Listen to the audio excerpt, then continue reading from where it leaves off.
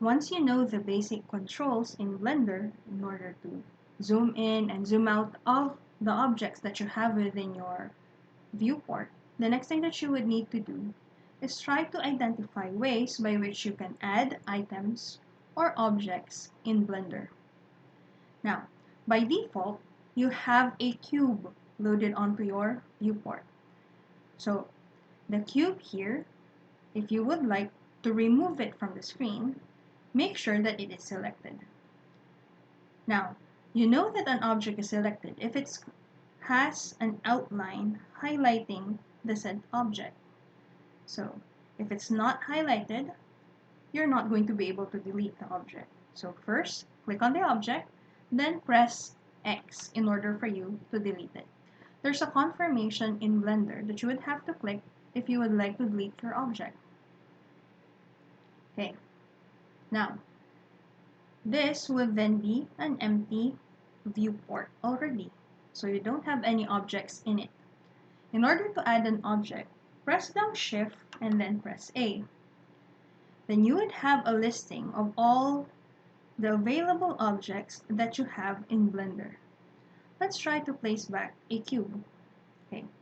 Notice that the cube is positioned in this portion.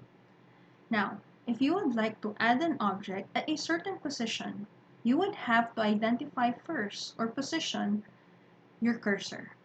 So the cursor is currently placed at the center. You would like to place the cursor on this side, on your right side. So you press down Shift and then you right click. Now, what happens here is that if you are going to add an object, you press Shift A. Let's say we're trying to place a sphere. The object would be added on this side. One advantage of trying to do this is that your objects would not overlap each other, therefore making it easier for you to navigate within your workspace and add objects and easily select them. So let's try to remove the sphere. We're going to press X. Then you would have to confirm. So in order for you to select an object, click on the object. And then if you have multiple objects, remember to identify first where you would like to place that object. So Shift, then right click, Shift, then right click. Notice the cursor being placed at different portions of my screen. So let's say we would like to add a different object on this side. Shift A, that allows me to use or include one object on this portion. Shift A.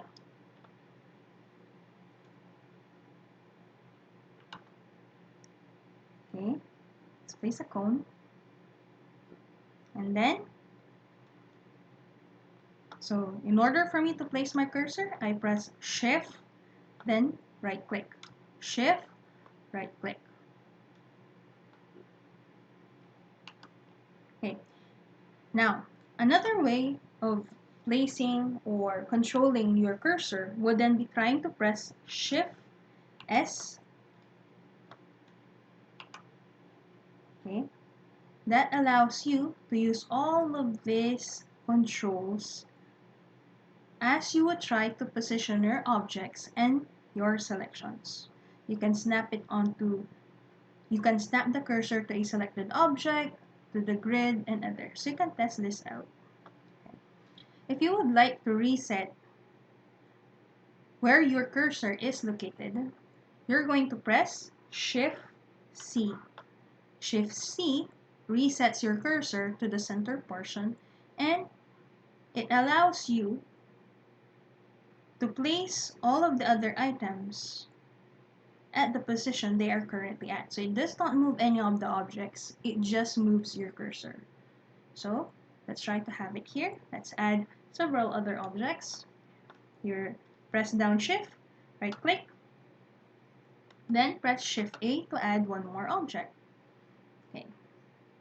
So Shift, right click, Shift A, then let me add another object. So These are the objects which are currently placed here. You would like them to be in your viewport. You press down Shift, click on your middle mouse button, and then you can position everything within your viewport. So that's how you would basically use your cursor in order for you to position items that you have on screen. Now, to select objects, you simply have to click on them to select objects, and you would see that each one would be highlighted.